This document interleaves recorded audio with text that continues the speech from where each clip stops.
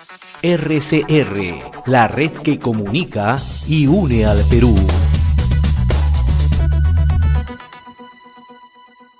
Nos trasladamos inmediatamente hasta Huánuco y gentilmente accede a la comunicación con RCR, Red de Comunicación Regional, con el profesor Luis Ángel Colonia Ceballos, especialista en temas de educación.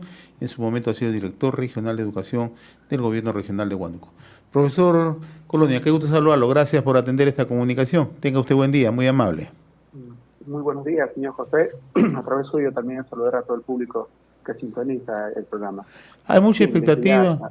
Así es. Dígame. Hay mucha expectativa respecto al retorno de clases presenciales, ¿no? El Ministerio de Educación ha fijado hacia fines de marzo cumplir con este retorno, ¿no? En Huánuco, ¿cómo viene analizando usted este tema, ¿no? Usted conoce muy de cerca el tema educativo, conoce cada una de las provincias, la idiosincrasia.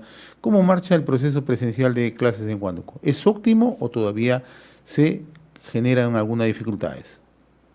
Bien, Huánuco en principio es una región netamente de la sierra, predomina en un 70-60% lo que es la región sierra. De ahí tenemos un promedio de 30% que es selva, ¿no? La parte de Leoncio Prado y la parte del Pino María. En ese sentido es una región que está netamente un tema, digamos, una cuestión andina. Ahora, viendo este tema, sin embargo, tenemos algunas instituciones educativas que están en la zona rural, en la zona urbana, es decir, pero mayoritariamente están en la zona rural. En ese sentido, por ejemplo, nosotros tenemos en promedio 225.640 estudiantes matriculados en el 2021, según la estadística de Scale.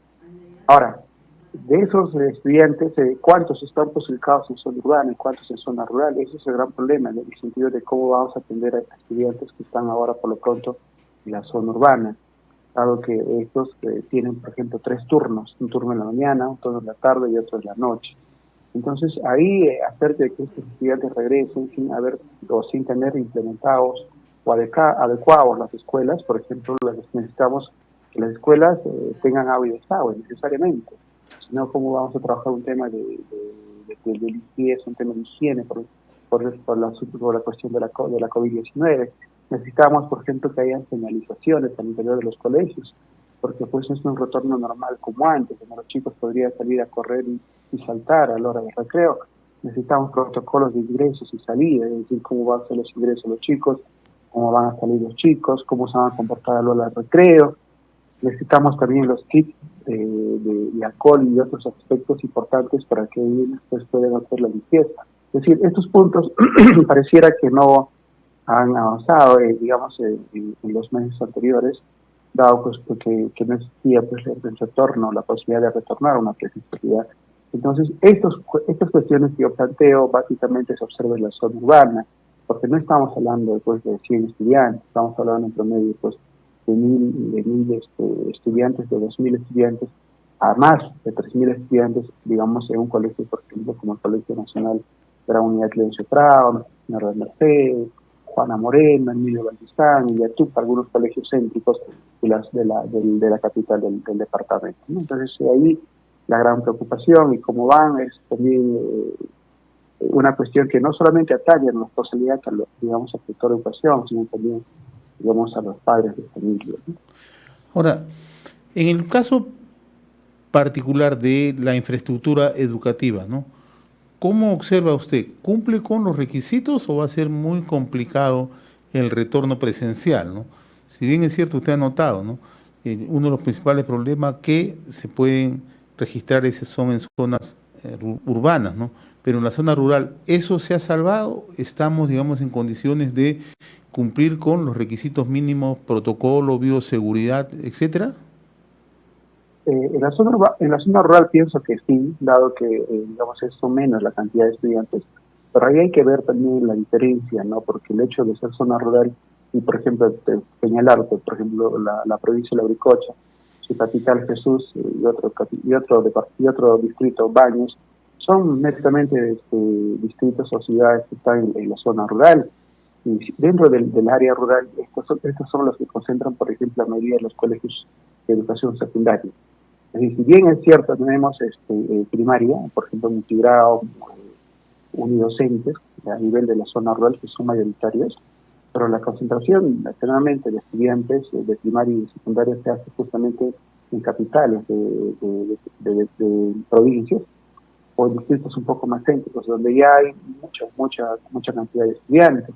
Entonces, el hecho de estar en zona rural indica que también hay una concentración de estudiantes, y esa es la preocupación. Es decir, yo pienso que se tiene que trabajar un retorno progresivo, diferenciado y por horarios y en diferentes turnos.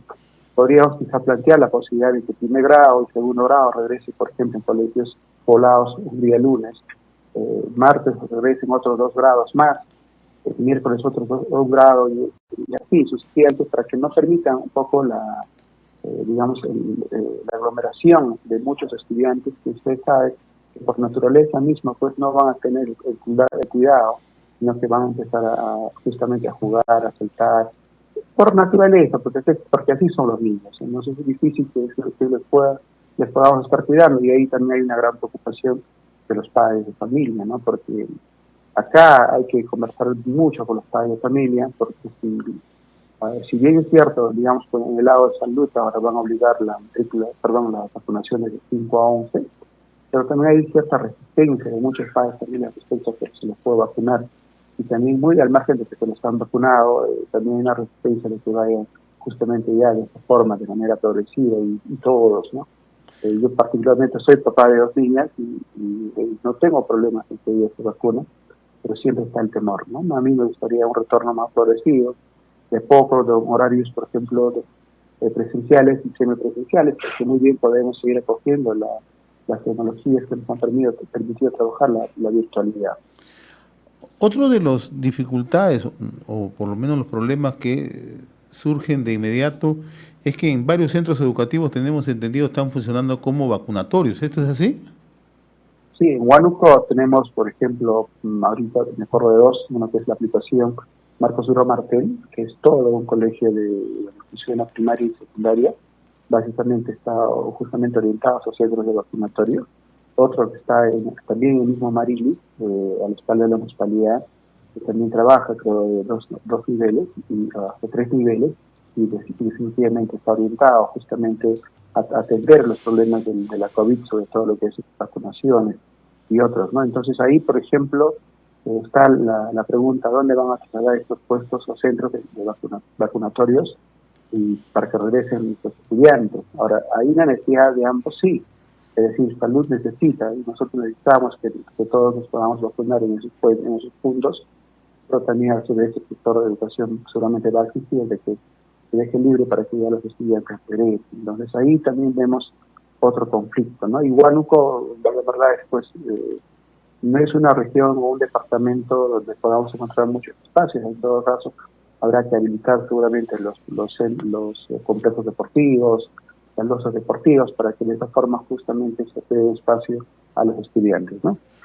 Ahora, el ministro del sector ha dejado abierta la posibilidad que se trabaje no solamente en doble turno, sino también, si es posible, en horario nocturno. ¿Esto es posible con la experiencia que usted tiene, profesor Colonia? Es muy complicado, porque hay que entender que la jornada laboral de los docentes, generalmente los nombrados ya están dentro de un turno, mañana o tarde, y ellos cumplen pues sus 24 o 30 horas semanales mensuales. Es decirles que yo les voy a obligar que vayan en la noche sin haber trabajado un tema de sus conocimientos narrativos y otros, va a ser problema, y es más también con los padres. Es decir, salvo que sean los chicos de secundaria, en la que se les puede autorizar pues que vayan en la noche, pero a los hijos de primaria, complicado. Ahora, aquí también yo veo otro problema, el tema de transporte. En una situación normal el transporte, pues creo que a nivel del país en época escolar es mucho. Es decir, tenemos cierta cantidad de estudiantes que van a la ciudad y regresan, y eso en las horas punta de la mañana es fuerte. Entonces, ahora, ¿qué tipo de transporte se va a usar para ellos? Es decir, van a tener que ir nuevamente con sus colectivos, justamente donde van a ir con otro tipo de personas, o se va a habilitar un tipo de transporte especial, que quizás sería lo más idóneo, pero difícil que de acá a un par de meses que ya se pretende realizar se puede hacer eso, pero se tiene que tener en cuenta, porque mire, el transporte es un punto, es un medio de contagio masivo, Y si nuestros niños van a estar justamente ahora entre ir y volver, y los padres que vamos a ir a recogerlos y traerlos, todo el trajín social y de contagio que se puede seguir generando ahorita a raíz del retorno. Que está bien, yo estoy de acuerdo en que retornemos, hay que hacerlo pero progresivo y paulatino, hay que tener las condiciones suficientes implementadas, y no olvidemos el interés superior del niño, que es lo más importante. La educación es muy importante, es un derecho, pero el interés superior del niño prima sobre cualquier otro aspecto que se pueda determinar. Profesor Luis Ángel Colonia Ceballos, ha sido un gusto conversar con usted, le agradezco la gentileza que he tenido con RCR, Red de Comunicación Regional. Buen día, muy amable como siempre. RCR, la red que comunica y une al Perú.